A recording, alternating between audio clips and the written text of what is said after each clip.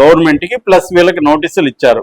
నోటీసులు ఏంటంటే 26,27,00,000 మీరు వసూలు చేశారు కాబట్టి దీనికి ఫైన్గా 15 లక్షలు కట్టండి, ప్లస్ 15 daysలో ఈ 26,27,00,000ని ఎవరి దగ్గర అయితే మీరు తీసుకున్నారో వాళ్ళకి రిటర్న్ చేయండి అని నోటీసులు ఇచ్చింది. దాంతోపాటు ఈ యూనివర్సిటీ డీమ్డ్ యూనివర్సిటీని గుర్తింపును రద్దు చేసి ఈ విద్యార్థులందరినీ కూడా ఎస్వి యూనివర్సిటీకి అనుసంధానం చేసేయండి అని కూడా రికమెండేషన్ చేసింది, సిఫారసు చేసింది గవర్నమెంట్కి.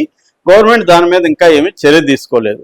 కానీ ఇప్పుడు వీళ్ళకైతే 26,20,00,000 ఇమీడియట్గా 15 daysలో డబ్బులు చెల్లించాలి కాబట్టి దీని మీద హైకోర్టులో యూనివర్సిటీ తరఫున కేసు వేశారు, రిట్ పిటిషన్ వేశారు. ఇది కరెక్ట్ కాదు, మేము వసూలు చేయలేదు, ఇలాగా ఏదో వాళ్ళ ఆర్గ్యుమెంట్స్ వాళ్ళు పెట్టి కోర్టులో వేశారు. కోర్టు స్టే ఇచ్చింది. ఈ సిఫార్సు అంటే 15 daysలో కట్టాల్సిన అవసరం లేదు, కోర్టు కేసు తెలియ వరకు కట్టాల్సిన అవసరం లేదు, ఈ రిటర్న్ ఇవ్వాల్సిన అవసరం లేదు. సో ఇప్పుడు 14వ తేదీకి విచారణ ఉంది. ఇప్పుడు ఏం చేస్తుందంటే జనరల్గా ఇలాంటివి జరిగినప్పుడు కోర్టు ప్రతివాదులకు నోటీస్ ఇస్తుంది. అంటే ఈ ఉన్నత విద్యా కమిషన్కి, ప్రభుత్వానికి వీళ్ళకి నోటీసులు వెళ్తాయి. వాళ్ళు ఇప్పుడు సమాధానం ఇచ్చుకోవాలి. అంటే మోహన్ బాబు యూనివర్సిటీ ఏ రకమైన చట్టాలను ఉల్లంఘించారు, ఆ చట్టాలను ఉల్లంఘించడం అనేది కరెక్ట్ కాదని చెప్పి కోర్టులో తన వాదన వినిపిస్తే కోర్టు ఉన్నత విద్యా కమిషన్ సమర్పించిన డాక్యుమెంట్స్ కావచ్చు అవన్నీ చూసి పరిశీలించి అది కరెక్టే అనుకుంటే మోహన్ బాబు మీద చెల్లించాలని చెప్పొచ్చు. అప్పుడు కూడా మోహన్ బాబు సాటిస్ఫై కాకపోతే సుప్రీంకోర్టుకి వెళ్ళొచ్చు. నేను నిన్న కూడా చెప్పాను, ఇక్కడ ఉన్న మన లీగల్ సిస్టంలో ఉండే లూప్ హోల్స్ని కావచ్చు, వ్యవస్థల్ని కానీ ఉపయోగించుకొని వీళ్ళు దీన్ని ఎలా డ్రాగ్ ఆన్ చేస్తుంటారో చెప్పాను నేను. ఇలా డ్రాగ్ ఆన్ చేస్తూ బ్యాక్ ఎండ్ ఛానల్లో మళ్ళీ సంప్రదింపులు చేస్తారు. ఇది టైం బయింగ్ యాక్టివిటీ. ఈ ఫైనల్గా ఏమీ జరగదు, విద్యార్థులకి న్యాయం అనేది జరగకుండా ఉండే అవకాశం ఎక్కువ ఉంది. ఎక్కువగా పోరాటాల వల్లనే, అందుకనే విద్యార్థి సంఘాల అవసరం ఎక్కడ ఉంటుందంటే విద్యార్థి సమస్యల మీద ఒక రాజీ లేని పోరాటం చేస్తేనే అవుతుంది తప్ప ఈ వ్యవస్థల ద్వారా అవ్వదు. ఈ వ్యవస్థలు ఏంటంటే వ్యవస్థల్ని డబ్బున్న వాళ్ళు, పలుకుబడి ఉన్న వాళ్ళు మేనేజ్ చేసుకోవచ్చు. నేను నిన్న కూడా చెప్పాను, మోహన్ బాబుకి మోడీతోనే చాలా అనుబంధం ఉంది, మోడీతో పోయి ఫ్యామిలీ ఫోటోలు దిగుతున్నారు వాళ్ళు. అంటే సాక్షాత్తు ప్రైమ్ మినిస్టర్ అనుబంధం ఉన్నప్పుడు వ్యవస్థలను వాళ్ళు మేనేజ్ చేసుకోలేరా?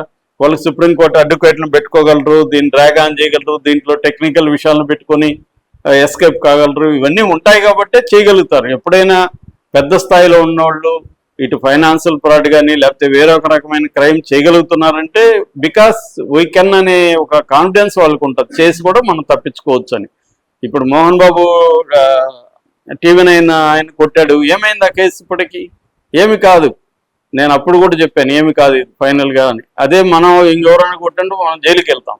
అందువల్ల ఏంటంటే డబ్బు పలుకుబడి ఉన్నవాళ్ళు ఈ వ్యవస్థల్ని మేనేజ్ చేసుకుని మ్యాక్సిమం బయటపడతారు. ఎప్పుడో రాజకీయ కక్ష తీర్చుకోవడానికి మాత్రమే మనకు కొంతమంది జైలుకి వెళ్తారు తప్ప మామూలుగా అయితే వ్యవస్థలను మేనేజ్ చేయడం అనేది వాళ్ళకి బ్రహ్మాండంగా వచ్చు.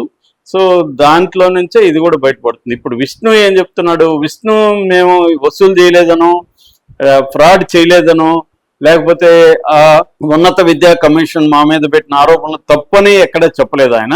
ఈ సిఫార్సులను మేము వ్యతిరేకిస్తున్నాం, అందుకని మేము కోర్టుకు వెళ్ళాం, కోర్టులో కేసు ఉంది కాబట్టి సబ్జుడిస్ అంటారు కాబట్టి మేము ఆ కేసుని గురించి మాట్లాడట్లేదు అనేది విష్ణు చెప్పాడు. అంతవరకు విష్ణు చెప్పింది కరెక్టే. ఎందుకంటే ఇప్పుడు ఆయన మేము ఈ నేరం చేయలేదని చెప్పడానికి లేదు, ఎందుకంటే కోర్టులో చెప్పుకోవాలి తప్ప కోర్టులో కేసు ఉన్నప్పుడు బయట చెప్తే సబ్జుడిస్ అంటారు దాన్ని, అంటే కోర్టుని ధిక్కరించినట్టు, అది ప్రాబ్లం అవుతుంది కాబట్టి అది చెప్పలేదు. కానీ విష్ణు ఏంటంటే ఆయన చెప్పింది మా యూనివర్సిటీ చాలా గొప్పగా ఉంది, అనేక పెన్ స్టేట్ యూనివర్సిటీ అని అమెరికాలో ఉండే పెన్ స్టేట్ యూనివర్సిటీతో మేము అనుసంధానం చేసుకున్నాము, అలాగే RWTH అనే జర్మనీతో అనుసంధానం చేసుకున్నాము, ఇలాగ మేము ఇంటర్నేషనల్ యూనివర్సిటీ అంతా కూడా మాది టైఅప్స్ ఉన్నాయి, అలాగే మేము ఇక్కడ స్కాలర్షిప్స్ ఇస్తున్నాము పేద విద్యార్థులకి, తర్వాత పోలీసుల పిల్లలకి, మిలిటరీ వాళ్ళ పిల్లలకి మేము తక్కువగా ఫీజులు తీసుకోకుండా స్కాలర్షిప్స్ ఇచ్చి మేము ఎడ్యుకేషన్ చేస్తున్నాము, మేము ఆ ఏరియాలో ఎన్నో సేవలు చేస్తున్నాము, మా మీద ఇలాంటి దుష్ప్రచారం చేయడం కరెక్ట్ కాదు అంటున్నాడు.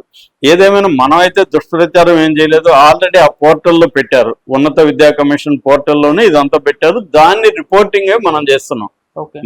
మనం అంతకంటే లేనిదేం చెప్పట్లేదు. మనం ఒక విద్యార్థి సంఘాలు ఏం చెప్తున్నారు, పేరెంట్స్ అసోసియేషన్ ఏం చెప్తున్నారు, అలాగే ఉన్నత విద్యా కమిషన్ ఏం పెట్టింది, కోర్టులో ఏం జరుగుతుంది, ఇది చెప్తున్నాను తప్ప లేనిది పబ్లిక్ డొమైన్లో లేనిదో లేకపోతే ఎవరు ఆరోపణలు చేయిందో మనం మీడియా సృష్టించి ఏం చేయట్లేదు. అది వాళ్ళు విష్ణు కానీ వాళ్ళు అర్థం చేసుకోవాలి. వాళ్ళ వైపు వాళ్ళు ఇవ్వడం అనేది కరెక్టే. వాళ్ళు ఎందుకంటే దీంట్లో అనేక సందేహాలకు తావుంది, మూసేసినారేమో అని నమ్ముతున్నారు. యూనివర్సిటీ అయితే మూయలేదు, నిన్న కూడా చెప్పాను, నేను జరగదు కూడా అని కూడా చెప్పాను. ఏమీ జరగదు, ఇది ఫైనల్గా వీళ్ళు సుప్రీంకోర్టు వరకు వెళ్తారు. దీన్ని వాళ్ళు విత్ ఇన్ దట్ దీంట్లో మేనేజ్ చేసుకుంటారు. దీంట్లో ఏదో కొంత కడతా, ఒకవేళ నిజంగానే వసూలు చేస్తుంటే టైం అడుగుతారు, 15 days మా వల్ల కాదని రిటర్న్ ఇస్తారు. ఈ లోపల గవర్నమెంట్ నుంచి రావాల్సింది వాళ్ళకి వస్తుంది కాబట్టి వాళ్ళ చేతిలో నుంచి పోయేదేమి ఉండదు. అది okay sir, thank you so much.